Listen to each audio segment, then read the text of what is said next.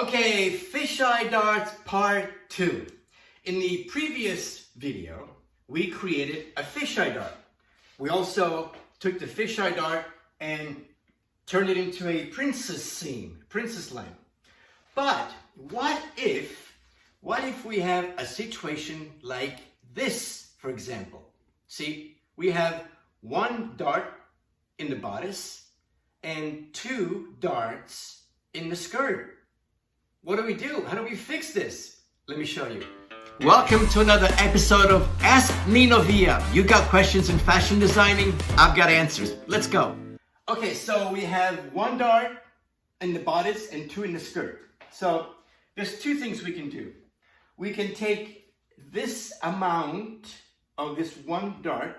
So let's say that the darts are 1 inch. 1 inch and 1 inch, right? If I take this amount and throw it into this dart, then this 1 inch goes into this 1 inch.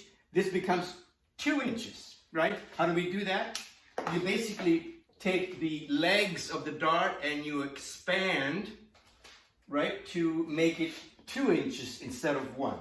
So it would look like this, right? This would be gone, obviously. So you would have to adjust all that, but that's one way to fix the problem.